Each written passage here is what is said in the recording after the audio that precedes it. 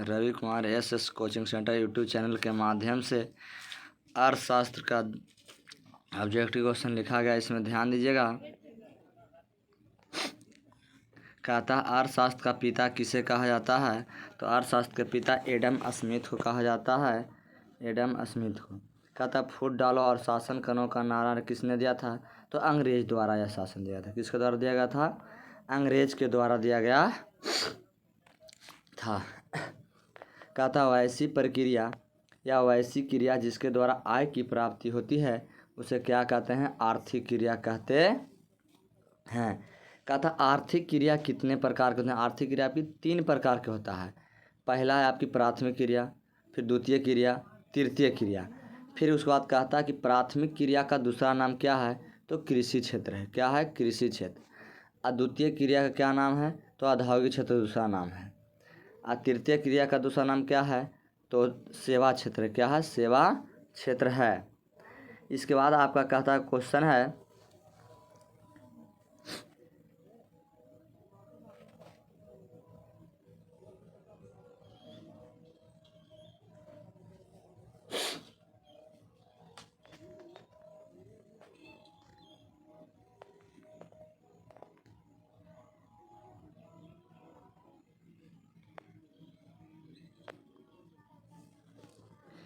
फिर कहता है आर्थर लेविस के अनुसार अर्थव्यवस्था क्या है?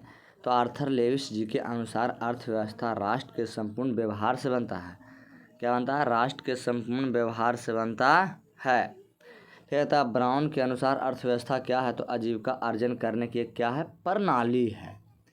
आजीविका अर्जन करने के लिए क्या है? एक प्रणाली है। क्या? अर्थव्यवस्था है। कहता अर्थव्यवस्था कितने प्रकार के होते हैं? तो अर्थव्यवस्था 3 प्रकार के होते हैं। कितने प्रकार के होते हैं? 3 प्रकार के होते हैं। पहला है आपके पूंजीवादी अर्थव्यवस्था, दूसरा है आपका समाजवादी अर्थव्यवस्था, तीसरा आपके मिश्रित अर्थव्यवस्था। तो कहता है पूंजीवादी अर्थव्यवस्था में किसका अधिकार? पूंजीपति यानी किसी निजी व्यक्ति के अधिकार होता है, उसे पूंजीवादी अर्थव्यवस्था कहते हैं। फिर कहता है समाजवादी अर्थव्यवस्था पर किसका अधिकार होता है?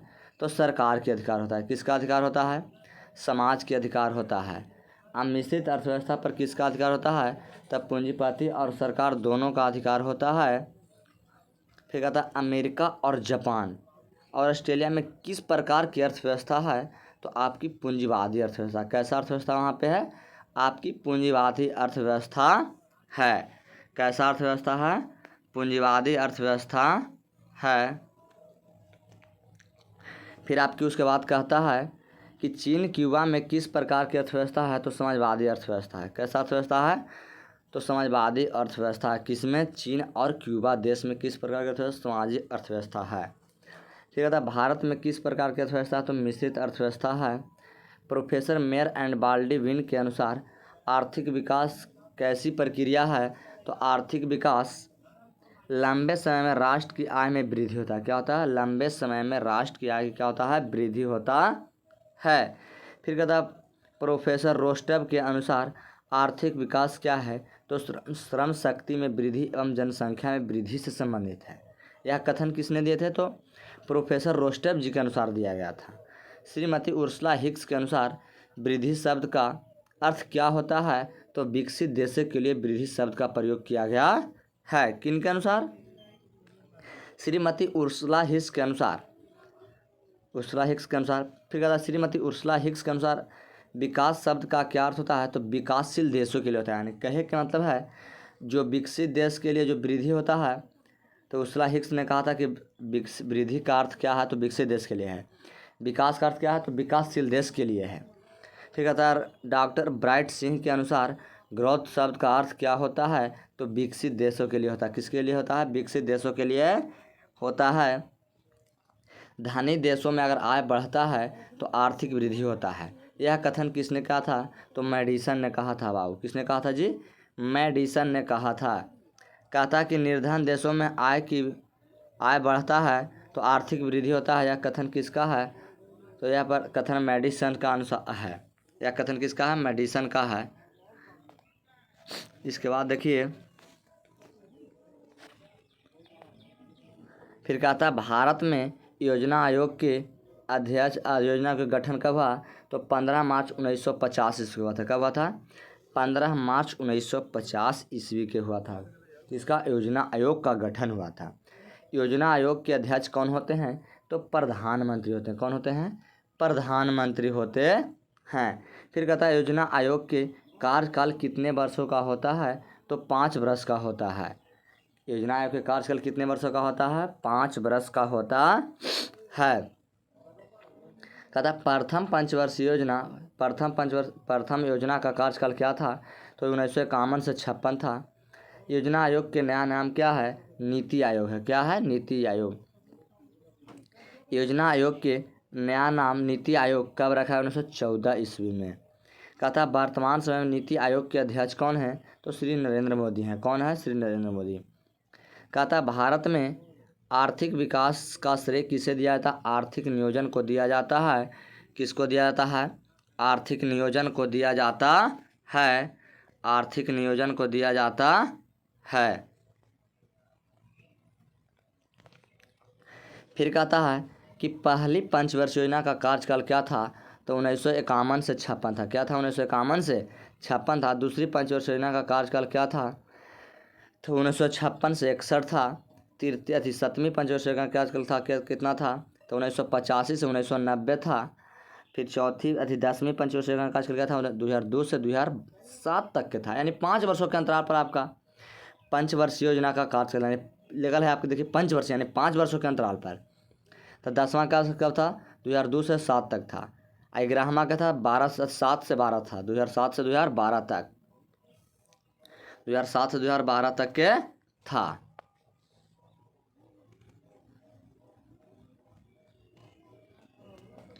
कहता है 12वीं पंचवर्षीय योजना का कार्यकाल क्या है? तो 2012 से 2017 था। लेकिन 2012 से 2017 था, लेकिन 13वीं आपकी पंचवर्षीय योजना नहीं है। ये आपकी गलत है। 13वीं पंचवर्षीय योजना को कार्यकाल को स्थगित करके उसके स्थान पर नीति आयोग ला दिया गया है। क्या ला दिया गया है? नीति आयोग को ला दिया गया है। भारत में राष्ट्रीय विकास परिषद का गठन कब हुआ था? 6 अगस्त 1952 ईस्वी हुआ था। कब हुआ था? 6 अगस्त 1952 ईस्वी को हुआ था। फिर कहता है एनडीसी का फुल फॉर्म क्या होता है? नेशनल डेवलपमेंट काउंसिलिंग होता है। क्या होता है? नेशनल डेवलपमेंट काउंसिलिंग होता है। एटीएम का फुल फॉर्म क्या होता है? ऑटोमेटिक टेलर मशीन होता है। क्या होता है? ऑटोमेटिक टेलर मशीन होता है। Automatic teller machine. इसका हिंदी में हम लोग क्या कहते हैं? एटीएम को हिंदी में क्या पढ़ते हैं? देखिए एटीएम का हिंदी नाम क्या है? स्वचालित टेलर मशीन होता है। एनआई का फुल फॉर्म क्या होता है? तो नेशनल इनकम होता है, यानी राष्ट्रीय आय होता है। क्या होता है? राष्ट्रीय आय होता है। फिर कहता है पीसीआई पर कैपिटा इनकम, यानी इसको हम हिंदी में पढ़ते हैं प्रति व्यक्ति आय। पीसीआई का फुल फॉर्म क्या होता है? Per capita income. इसको हिंदी में हम लोग क्या कहते हैं? प्रति व्यक्ति आय पढ़ते हैं। क्या पढ़ते हैं? प्रति व्यक्ति आय पढ़ते हैं। एचडीआई का कहता है ह्यूमन डेवलपमेंट इंडेक्स होता है। मैंने हिंदी में ह्यूमन डेवलपमेंट इंडेक्स होता है। फिर कहता है WDR का होता है वर्ल्ड डेवलपमेंट रिपोर्ट होता है। कहता है NHDR का होता है नेशनल ह्यूमन डेवलपमेंट रिपोर्ट होता है इसका फुल फॉर्म। कहता है CSO सेंट्रल स्टैटिस्टिकल ऑर्गेनाइजेशन होता है। CSO का इसका हिंदी में हम लोग कहते हैं केंद्रीय सांख्यिकी संगठन होता है। क्या होता है? केंद्रीय सांख्यिकी संगठन होता है। अब कहता है GDP ग्रॉस डेवलपमेंट प्रोडक्ट होता है। GDP का फुल फॉर्म क्या होता है? ग्रॉस नेशनल प्रोडक्ट होता है। इसको हम हिंदी में क्या पढ़ते हैं? सकल घरेलू उत्पाद पढ़ते हैं। क्या पढ़ते हैं? सकल घरेलू उत्पाद पढ़ते हैं। फिर आपका होता है GNP ग्रॉस नेशनल प्रोडक्ट, सकल राष्ट्रीय उत्पाद इसका हिंदी हुआ। NNP क्या होता है? नेट नेशनल प्रोडक्ट होता है। क्या होता है? नेट नेशनल प्रोडक्ट, शुद्ध राष्ट्रीय उत्पाद।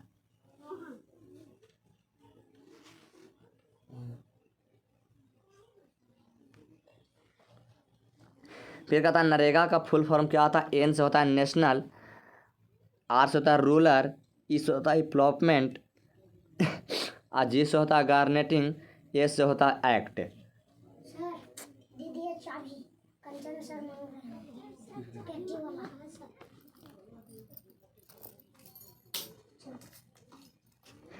एनडीसी का फुल फॉर्म क्या होता है? तो नेशनल डेवलपमेंट काउंसलिंग होता है। इसको हम लोग हिंदी में क्या कहते हैं? राष्ट्रीय विकास परिषद कहते हैं। क्या कहते हैं? राष्ट्रीय विकास परिषद कहते हैं। एनआई का फुल फॉर्म क्या होता है? National income. इसको हिंदी में कहते हैं हम लोग राष्ट्रीय आय। क्या कहते हैं? राष्ट्रीय आय कहते हैं। फिर कहता है पीसीआई, पर कैपिटा इनकम होता है फुल फॉर्म इसका। हम लोग इसको हिंदी में पढ़ते हैं प्रति व्यक्ति आय। क्या पढ़ते हैं? प्रति व्यक्ति आय। HDI, human development income index होता है। मानव विकास सूचकांक होता है। क्या होता है? मानव विकास सूचकांक।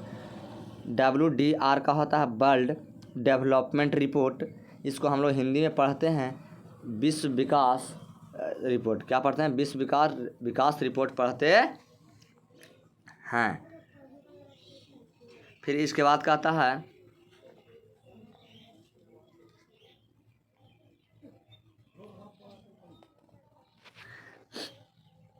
NHDR।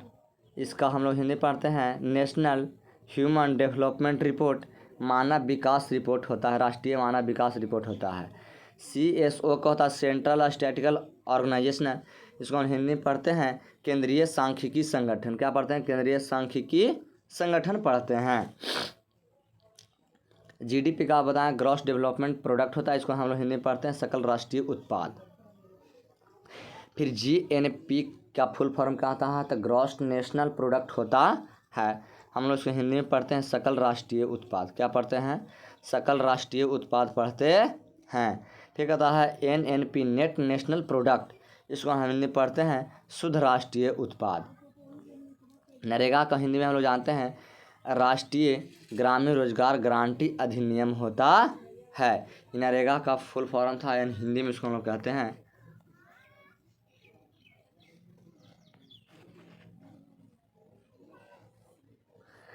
नरेगा, यानी नेशनल रूरल डेवलपमेंट एक्ट होता है इसका फुल फॉर्म।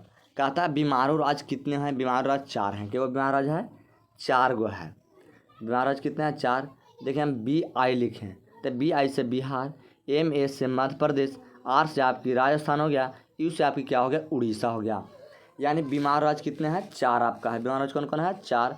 पहला बिहार हो गया, दूसरा आपकी राजस्थान, तीसरा आपका मध्य प्रदेश, चौथा आपकी उड़ीसा। अगर इसको याद करने की ट्रिक जानना चाहते हैं तो BI से आपका बिहार हो गया, BI से बिहार हो गया, MA से मध्य प्रदेश, R से राजस्थान, U से उड़ीसा हुआ। कहता भिखारी ठाकुर का जन्म किस राज्य में हुआ था? तो आपका बिहार में हुआ था। कहाँ हुआ था? बिहार में। भिखारी ठाकुर का जन्म कहाँ हुआ था आपका? किस राज्य में हुआ था? बिहार राज्य में हुआ था। संपूर्ण क्रांति का नारा किसने दिए थे? तो जयप्रकाश नारायण जी दिए थे संपूर्ण क्रांति का नारा। आय और बचत के अंतर को क्या कहते हैं? आय और उपभोक्ता के जो अंतर होता है उसको हम लोग बचत कहते हैं। यानी कहे कि मतलब हम कमाएं 5,000 अगर खर्च कर दें 3,000 और जो घटा के आप क्या 2,000, वही आपकी क्या कहलाता है? बचत कहलाता है। अब मानव विकास सूचकांक को किसने तैयार किए थे? तो महबूब उल हक ने तैयार किए थे। किसने किए थे?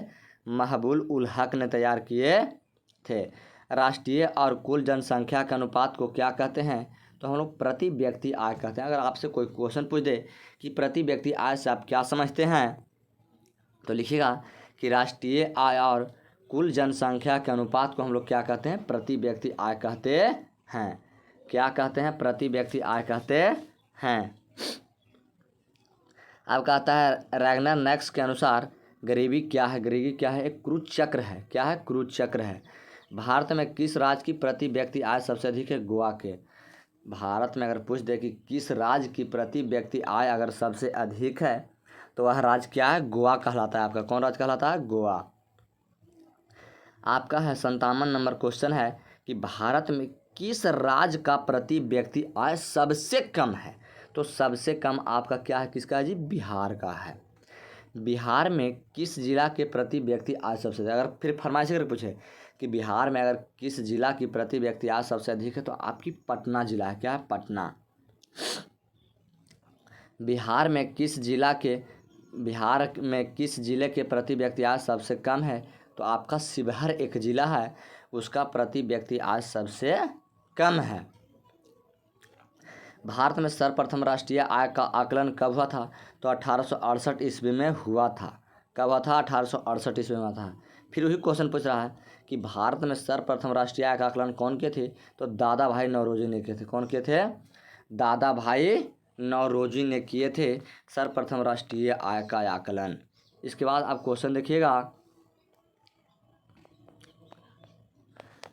आप कहता है बिहार में किस जिला के प्रति व्यक्ति आय सबसे कम है? तो आपका बिहार के है। अभी जस्ट क्वेश्चन आपने पढ़े, भारत में सर्वप्रथम राष्ट्रीय आकलन कौन थे? दादा भाई नौरोजी के थे, अभी बता दिए आपका।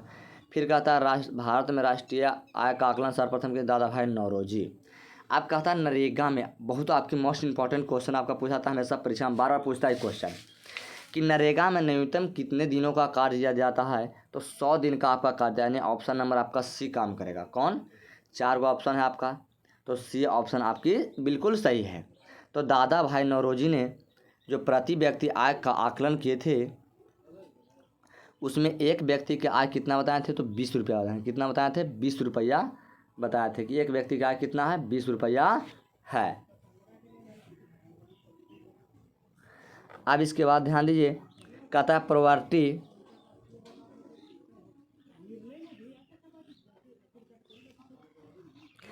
Property and un British ruler in India किनकी पुस्तक है?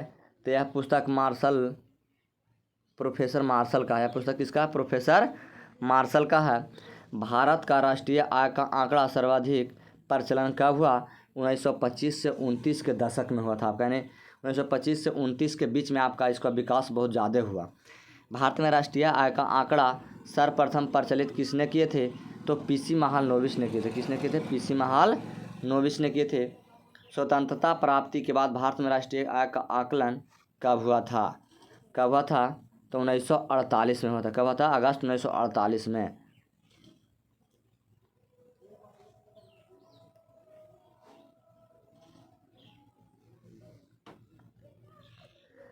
आपका स्वतंत्रता प्राप्ति के बाद भारत में राष्ट्रीय आय का आकलन किसने किए थे? तो ये किसने किए थे? तो डॉक्टर थे, दादा भाई थे, पीसी महालनोबिस ने किए थे। किसने किए थे? पीसी महालनोबिस ने। अगर हमारी वीडियो अच्छा लगे तो हमारे चैनल को सब्सक्राइब करें और लाइक करें और बेल आइटम को दबाना